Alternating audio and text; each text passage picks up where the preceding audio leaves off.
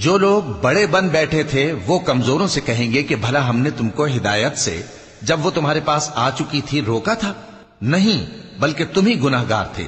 اور کمزور لوگ ان بڑے لوگوں سے کہیں گے نہیں، بلکہ تمہاری رات دن کی چالوں نے ہمیں روک رکھا تھا جب تم ہم سے کہتے تھے کہ ہم اللہ سے کفر کریں اور اس کا شریک بنائیں۔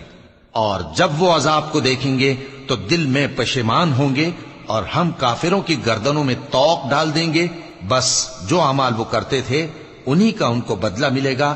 اور ہم نے جس بستی میں بھی کوئی ڈرانے والا بھیجا تو وہاں کے خوشحال لوگوں نے یہ ضرور کہا کہ تم لوگ جو چیز دے کر بھیجے گئے ہو ہم اس کو نہیں ماننے کے، اور یہ بھی کہنے لگے کہ ہم بہت سا مال اور اولاد رکھتے ہیں اور ہم کو عذاب نہیں ہوگا۔ کہہ دو کہ میرا رب جس کے لیے چاہتا ہے روزی فراخ کر دیتا ہے اور جس کے لیے چاہتا ہے تنگ کر دیتا ہے، لیکن اکثر لوگ نہیں جانتے۔ اور تمہارے مال اور اولاد ایسی چیز نہیں کہ تم کو ہم سے قریب کر دیں۔ ہاں، ہمارا مقرب وہ ہے جو ایمان لایا اور عمل نیک کرتا رہا۔ ایسے ہی لوگوں کو ان کے اعمال کے سبب دگنا بدلہ ملے گا اور وہ امن و چین سے بلند و بالا عمارتوں میں رہیں گے۔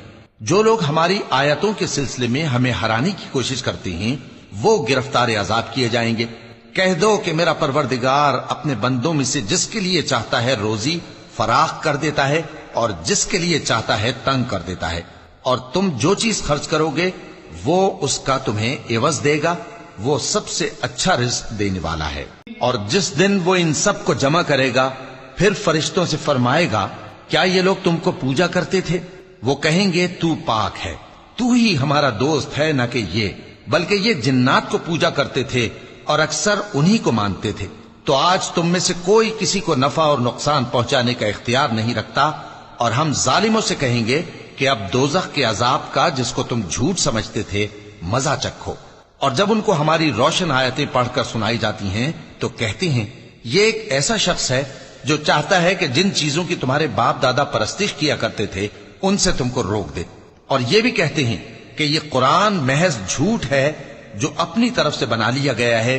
اور کافروں کے پاس جب حق آیا تو اس کے بارے میں کہنے لگے کہ یہ تو کھلا جادو ہے۔ اور ہم نے نہ تو ان مشرکوں کو کتابیں دیں جن کو یہ پڑھتے ہوں، اور اے نبی صلی اللہ علیہ وآلہ وسلم نہ تم سے پہلے ان کی طرف کوئی ڈرانے والا بھیجا، اور جو لوگ ان سے پہلے تھے انہوں نے تکذیب کی تھی، اور جو کچھ ہم نے ان کو دیا تھا یہ اس کے 10ویں حصے کو بھی نہیں پہنچے۔ پھر انہوں نے میرے پیغمبروں کو جھٹلایا، سو میرا عذاب کیسا ہوا۔ کہہ دو کہ میں تمہیں صرف ایک بات کی نصیحت کرتا ہوں کہ تم اللہ کے لیے دو دو اور اکیلے اکیلے کھڑے ہو جاؤ، پھر غور کرو تمہارے رفیق یعنی اس نبی صلی اللہ علیہ